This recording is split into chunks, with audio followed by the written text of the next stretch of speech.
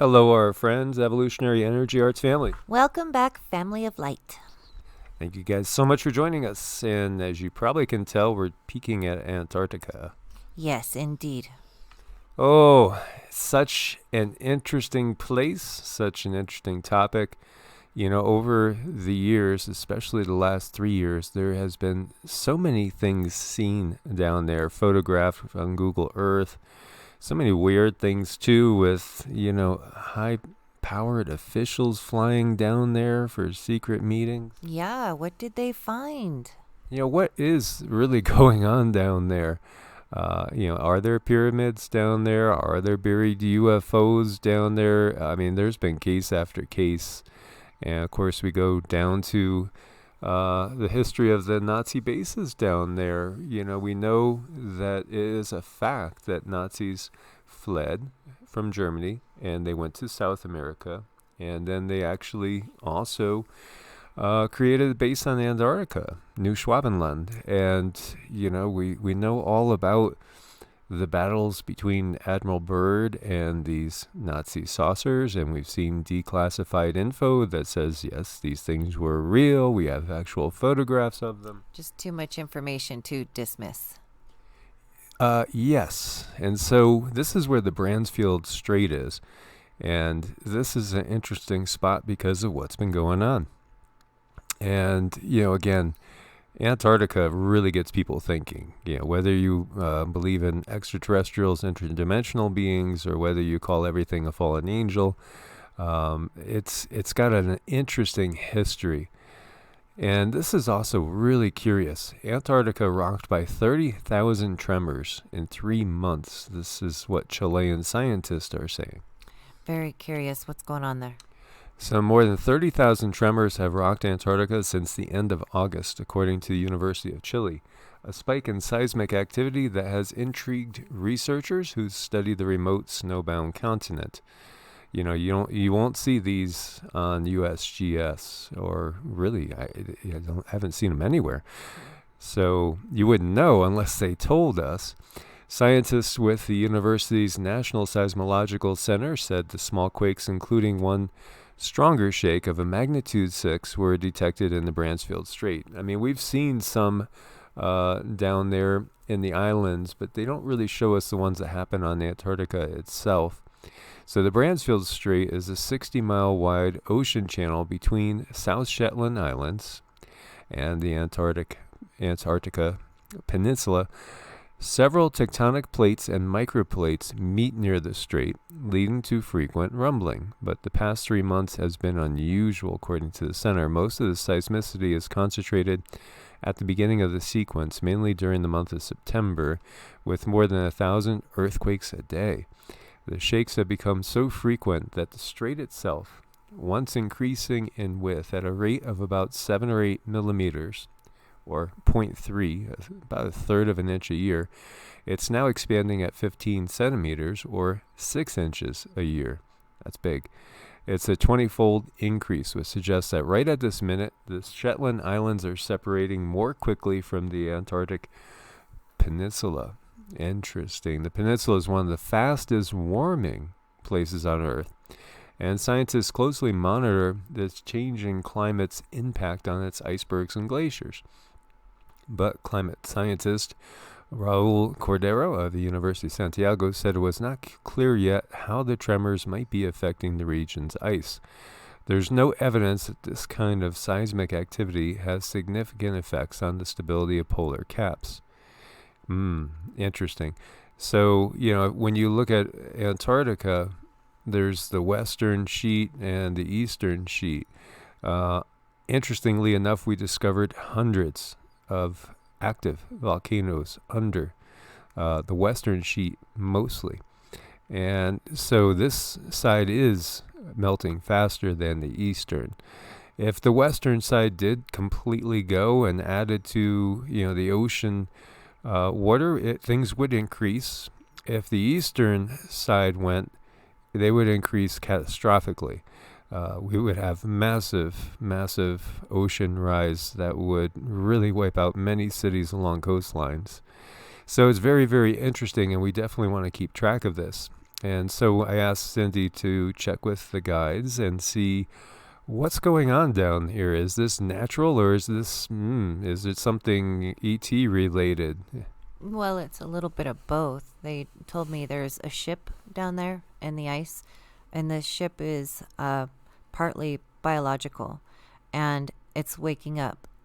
As the ship wakes up, it's having reactions. The Earth is having reactions. They're reacting from each other. So it's creating all of these tremors, all of this shaking. Definitely something to keep an eye on. I don't think they anticipated that this would ever happen, but it's happening. Interesting. And we've heard of ships that are part biological, if not all biological, before. This must be pretty big. How big is this ship? Oh my gosh, I couldn't give you a measurement. It's just huge. Miles across? Okay, so it's more like a big mothership. Oh yeah. Definitely a huge mothership. And the next question is, whose ship is it? Well, I was told it was the Anunnaki. Okay. So, does this have anything to do with the return of the Anunnaki? It might. I mean, it feels like that we're on the cusp of something, and the ship could be sending out some kind of a signal. Interesting. Yeah, we've had reports of giants down there being found. I mean, we saw presidents go down there, and we saw the Pope go down there. We saw the head of the Eastern Orthodox Church go down there. We saw Neil Armstrong, I think it was, that went down there. Why would they all go down there? I know. I feel they were going down there because something has been found or something was discovered, and that ship or those beings hadn't woken up yet, and they were going down to take a peek. That's what I think. Remember, over 4,000 U.S. personnel led by Admiral Richard Byrd, who also talked about, even on his deathbed, the reality of extraterrestrials and that aliens had been here. They went down on an expedition, to look for the Nazis, and they got their butts kicked, and they had to come back after losing people and losing ships and aircraft as well. Yeah, that was really actually quite sad. They lost a lot of people. And this is documented. This is documented. This is real history here. Interesting. Really interesting. There's been so many anomalies detected by satellites as well. It's crazy stuff, but, we're living in interesting times, and everything will be revealed. Yeah, it's coming. Right now it feels like drip disclosure, but I have a feeling that there's going to be a big crack, and we're going to see everything soon. And you had also got that Oumuamua was a ship. Yeah, that was a scout ship. When I looked on there, I didn't like the beings. They didn't feel good. They seemed to be reptilian hybrids. Yeah, they were huge. They were probably like 12 feet tall. And kind of like reptilian humanoid hybrids. Yeah, they were, with a very bad vibe. And you also said recently that several ships did land with kind of reptilian hybrids on them here, and that they were kind of here to cause issues. Cause a lot of chaos, to possess people, to get people to fight, to get people to do some pretty horrendous things. And the majority of the ones that came off the ships recently are in the U.S. They are, yeah. To probably stir the flames of everything that's going on that we see. So we also, shifting gears here, have a monster snowstorm that's shutting down travel, canceling planes, cuts power, prompts states of emergency from Pittsburgh through New York City. Most definitely a snow emergency going on the nor'easter, as we see some parts in New York with more than 40 inches. Pennsylvania may have seen its highest 24-hour snow total ever recorded. And interesting, I was surprised to see how little snow New York City actually got last year, which was minimal, like 4.8 inches, and it's already past that. I remember as a kid, because I grew up like 30 miles from New York, we got snow on a regular basis, and then things started to change and you get a little bit less. But I do remember, I think it was in 78, we had 2 blizzards back to back within like a week. I think it was 8 days apart. And they were like 24 and 21 inches where I was in Fairfield County. So, yeah, they are getting hammered. Winter wallop portends of probably a pretty strong winter season going on here. And, this is gross, but it's something that we need to be aware of, especially a little bit more when things get warmer. We saw a lot of cases of things like this, the deadly brain-eating amoeba spreading across the U.S. via interconnected freshwater systems. Again, mostly in warm weather. They say the thing to do if you're going to, on a nice sunny day, go in a lake in maybe Texas, because Texas is where they've seen this more than once. We have actually many cases of this brain-eating amoeba reported across the southern U.S., and it began spreading northward via the country's freshwater system. And it's a worrying development for health officials already struggling with, obviously, the pandemic that's underway. They say it enters going up in the nostrils, like you get splashed up and the water goes up into the nostrils, and they head into the brain, and people have actually died from this. And the Texas governor had issued a disaster declaration after it was found in tap water and killed a young 6-year-old boy. This is just horrible stuff that we see.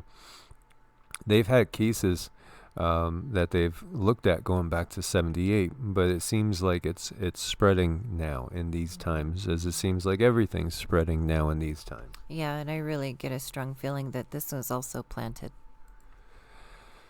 Nothing would surprise us, as we know. And over in India, we see Ludhiana suffering coldest December 16th in recorded history. There's a lot of things going down that are setting records in recorded history.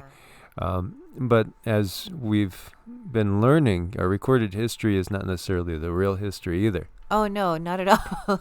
Not at all. So, yeah, record-breaking cold hitting India as well. All this is hitting the food supply. And, we've talked about how in these times, and David Devine, DAP 2030, has really looked into the history as much as we're given.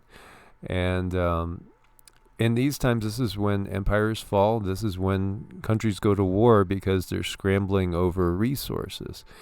Now, what's really interesting is when you really look deep, you find even though we have all this stuff going on, you'll find some areas have record crop production. It really is. There's things that make you go, what's really going on here? Interesting here, Putin's given an ultimatum for the food price crisis, which is happening in Russia.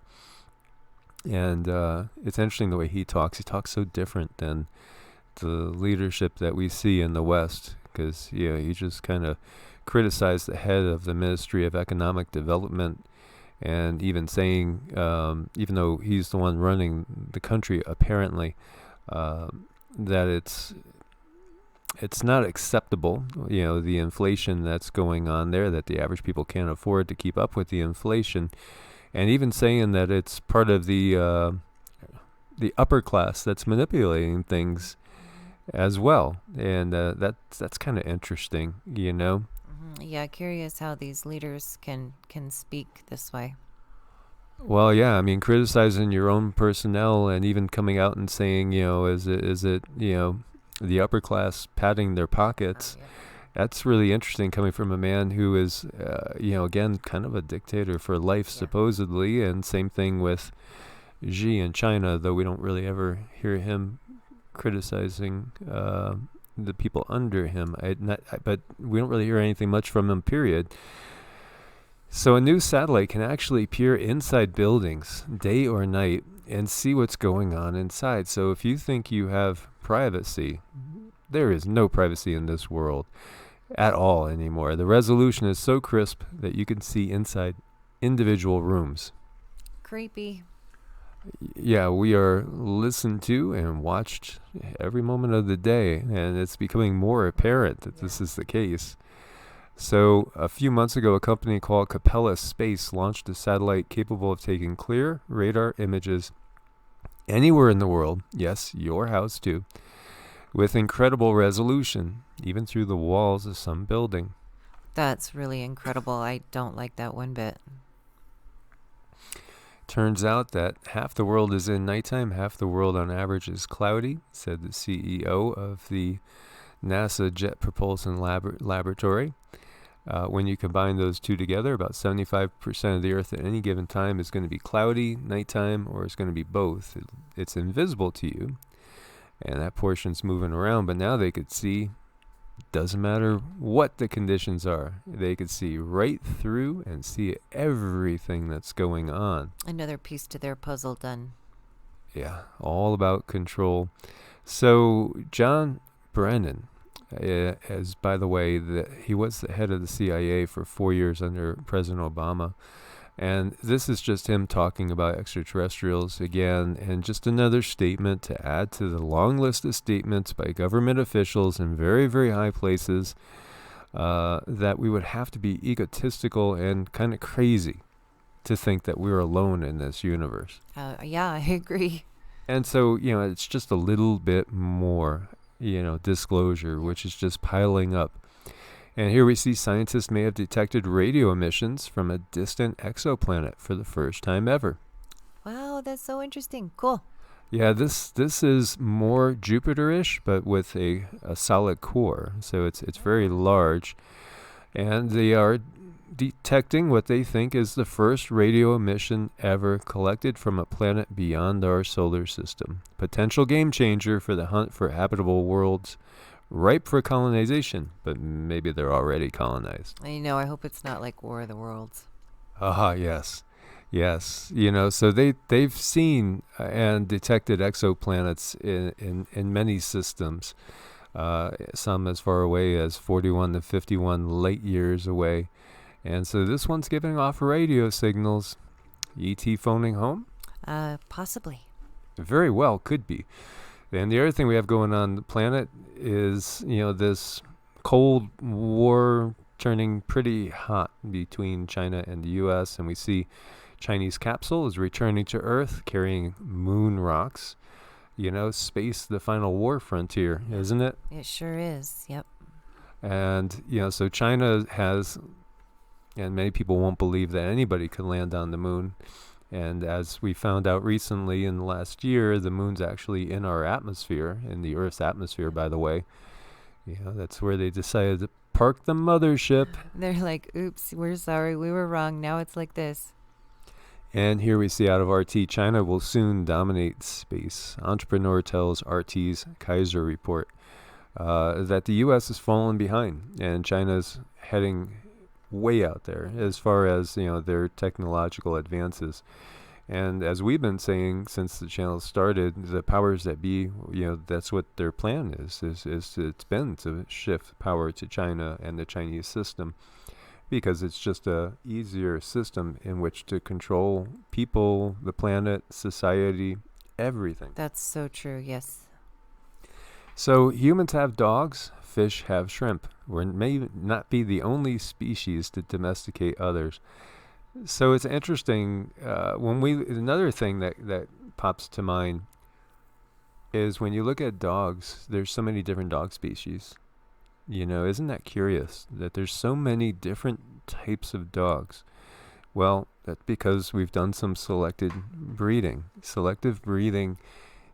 with purpose. We have some dogs that, are maybe ratters, and they've been bred small, but they have an aggressive streak, and they'll go down in the holes and go grab, little critters and pull them out. We have other dogs for, herding sheep, things like that. We have other dogs for pure protection, police work, seeing eye dogs, all different types of dogs that have been bred for different things. And isn't it curious when we look through the human fossil record of all the different types of humans that we have had on this planet? We've talked about Neanderthals and Denisovans and Cro-Magnon, all three of which bigger, stronger, with bigger brains than Homo sapiens sapiens. which would lead you to think, if natural selection was the only thing going on, why aren't they here? Why are we here? Interesting. And we've seen hobbit-like creatures that are 3 feet tall that really did exist on this planet. All different types of humans. Has somebody else been selectively breeding, perhaps? Yeah, it makes you wonder, since we do this to dogs, could they possibly be doing it to humans? I don't know. Yeah, to create different bodies. And again, the body is just a vehicle, for the spirit to inhabit. But with certain DNA characteristics could be useful, and that gets you thinking about that whole Anunnaki thing and, heading off to the coal mines, or actually the gold mines. Yep. So this is a really cute article about the fish. I love it. Yeah, so researchers have discovered that a species of coral fish uses shrimp to help fertilize its algae farms. Wow. So here we have an Anunnaki fish situation. Yeah, this is fun. Shrimp of the world, rise up. I agree, yes. Throw off your yoke. Exactly. Yeah, it's the longfin damselfish, and they're known to aggressively defend the farms they rely on for food, but not, it seems, against, planktonic mysid shrimps. The shrimps will actually help do the farming for the fish, so the fish allow this and actually encourage it. Very interesting. As above, so below. That's so nice they work together. Well, is it working together, or is it taking advantage of a species? Well, I don't know. So, guys, as always, make sure you are subscribed to both channels, and thank you for your support on Ko-Fi and Patreon. Stay prepared out there. God bless and namaste. Namaste.